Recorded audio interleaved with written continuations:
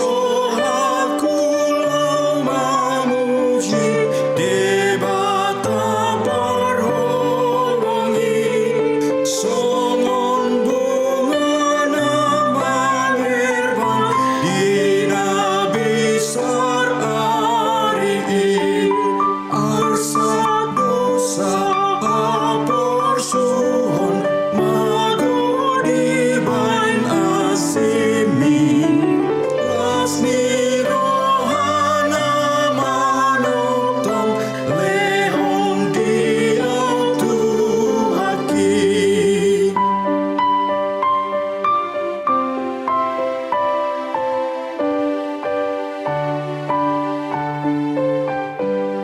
Sudah jadi-jadianmu lautan langiti, akabitan doa bulan nang matani hari bau maladang di harangan urajo toroki. Saluhur namang endeon sangat dituhatai.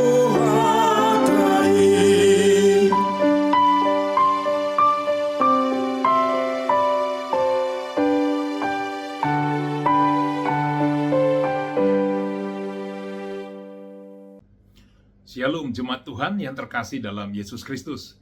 Kita bertemu lagi dalam Sapa HKBP Kebonjeruk hari ini, Sabtu 24 Januari 2026.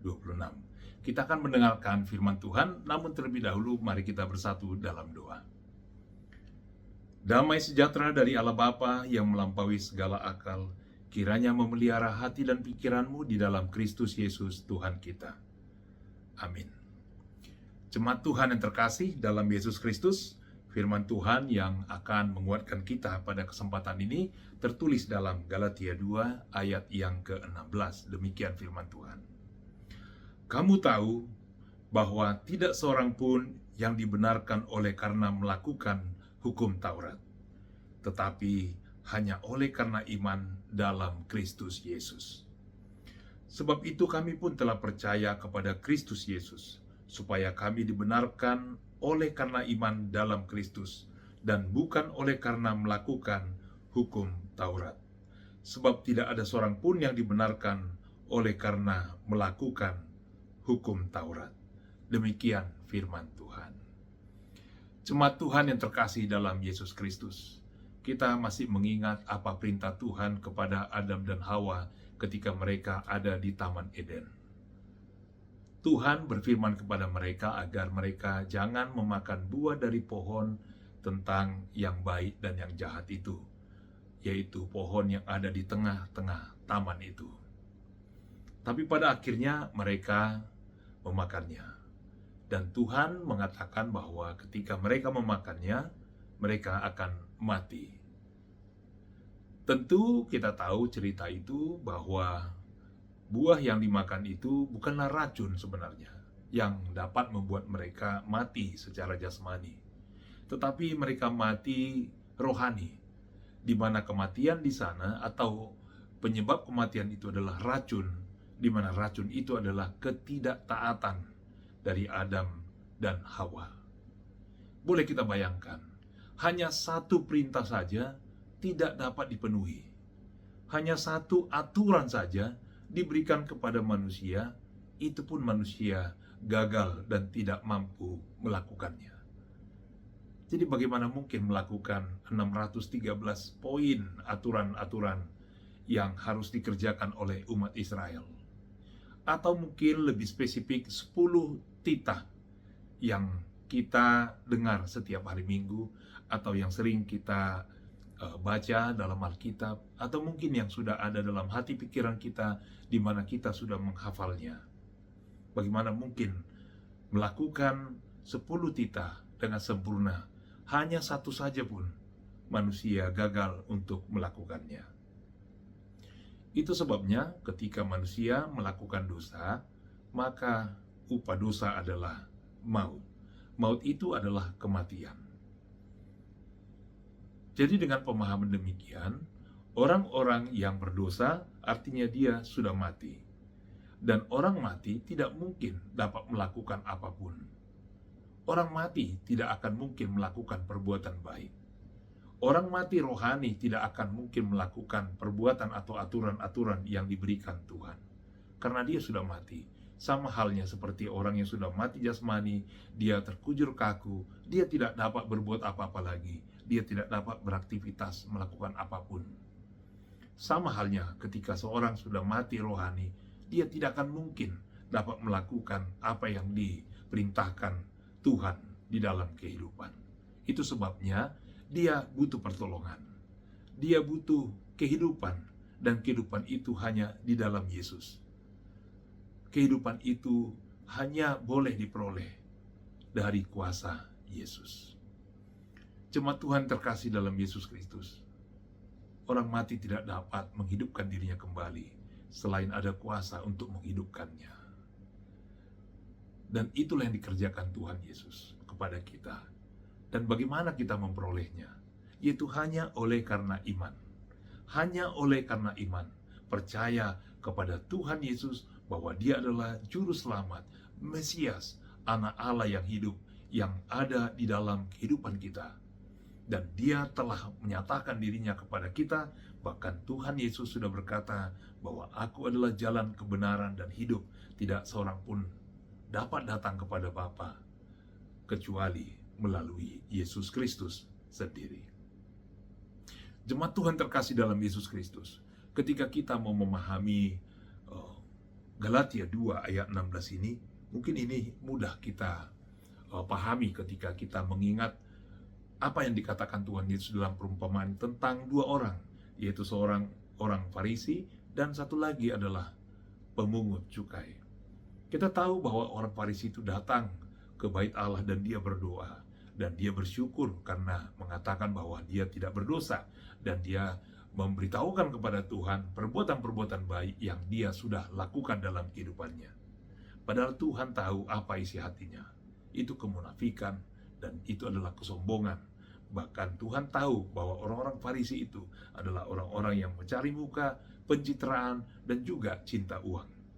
Sementara pemungut cukai yang dia bekerja sehari-hari, dia tahu bahwa apa yang dikerjakannya banyak dosa, banyak tipu daya, tidak jujur, dan banyak hal yang dilakukannya, mungkin pemerasan atau juga pemaksaan kepada orang dan pengutipan cukai atau pajak yang tidak sesuai dengan aturan, lebih dari yang diaturkan. Sehingga dia datang kepada Tuhan dan dia merasa dia sangat hina di hadapan Tuhan, dan dia merasa sangat tidak layak berada di hadapan Tuhan. Lalu dia berdoa, Tuhan kasihanilah aku orang berdosa ini. Ketika dia melakukan kegiatan sehari-hari, dia tidak akan pernah melakukan atau mungkin dia juga tidak membaca firman Tuhan, mendengar firman Tuhan, atau melakukan yang baik tetapi penuh dengan dosa. Tapi dia datang kepada Tuhan, memohon pengampunan dari Tuhan. Dia tidak dapat melakukan apa-apa untuk melepaskan dirinya dari dosa yang dilakukannya, dari kehidupannya, bahkan dari pekerjaannya. Dia hanya mendapat pembenaran keselamatan itu hanya di dalam Tuhan Yesus.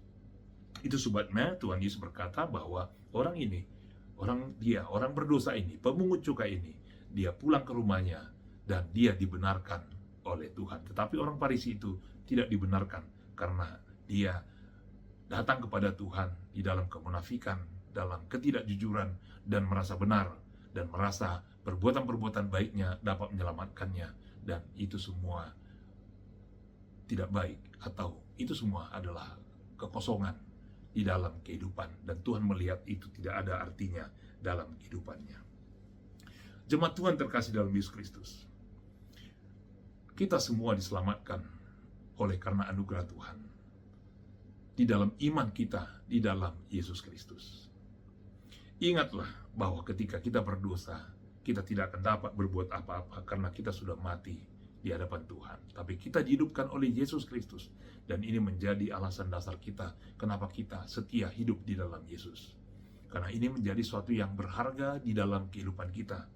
Dan kita mengerti sekarang bahwa ajaran kekristenan itu itu bukan hanya ajaran moral atau ajaran etika, di mana sebagian orang Kristen juga menganggap bahwa kekristenan atau firman Tuhan itu hanya sebatas levelnya adalah ajaran moral atau etika dalam kehidupan sehari-hari.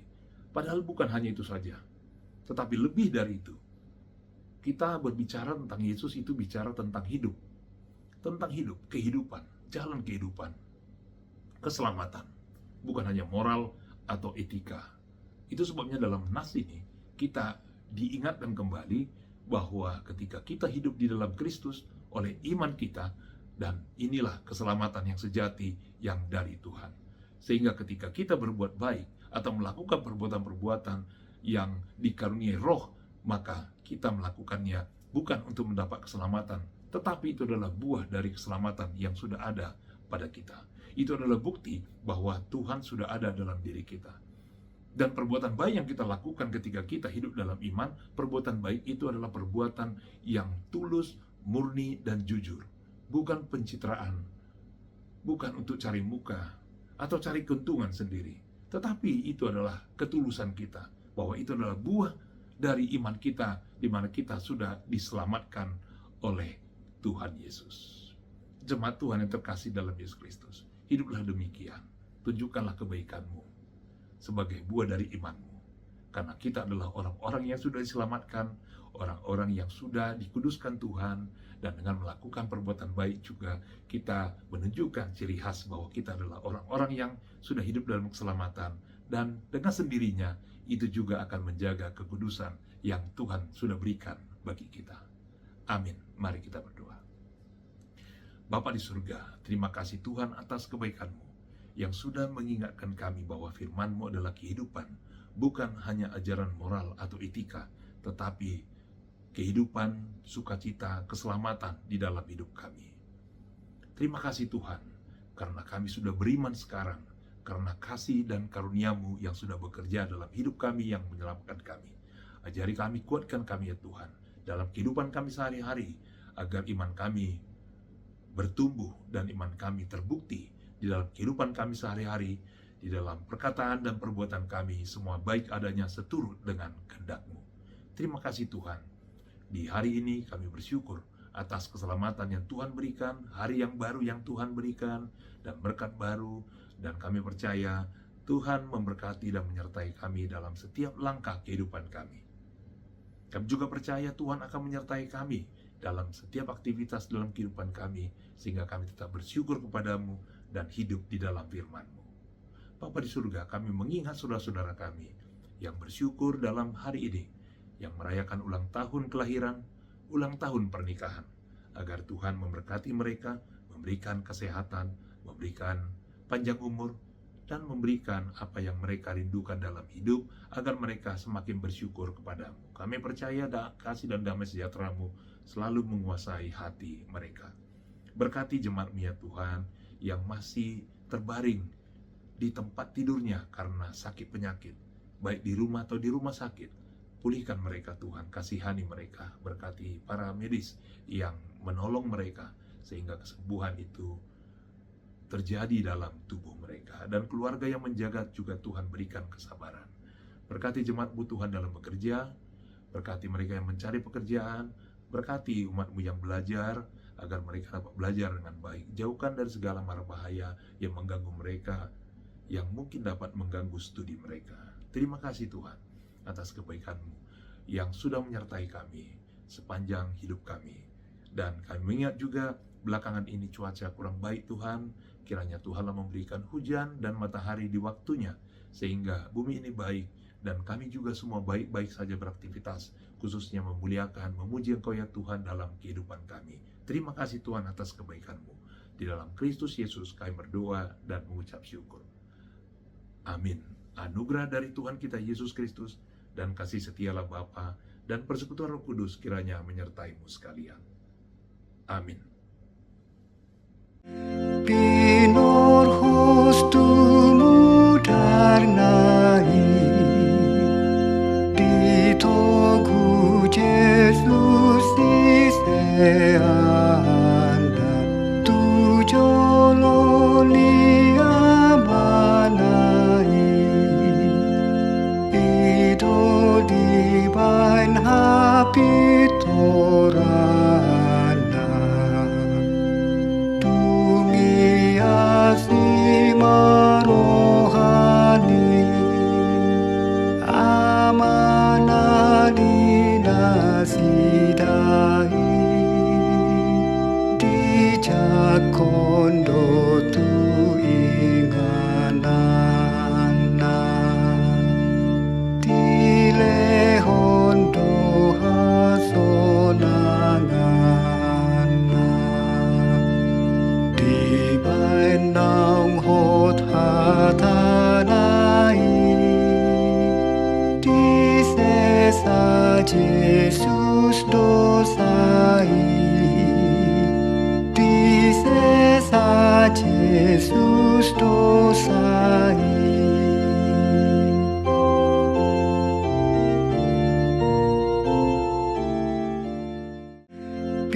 Pinorhos tumu darnai Ditoku Jesus iseanda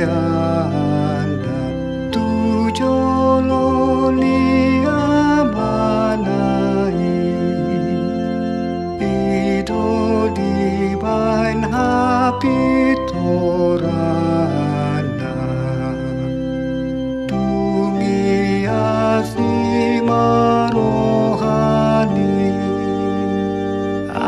Amanali nasidai Di jakondo tu inganana Tilehondo hasonangana Di bainang hot hatanai Di sesa Jesus dosai Di sesa Jesus dosai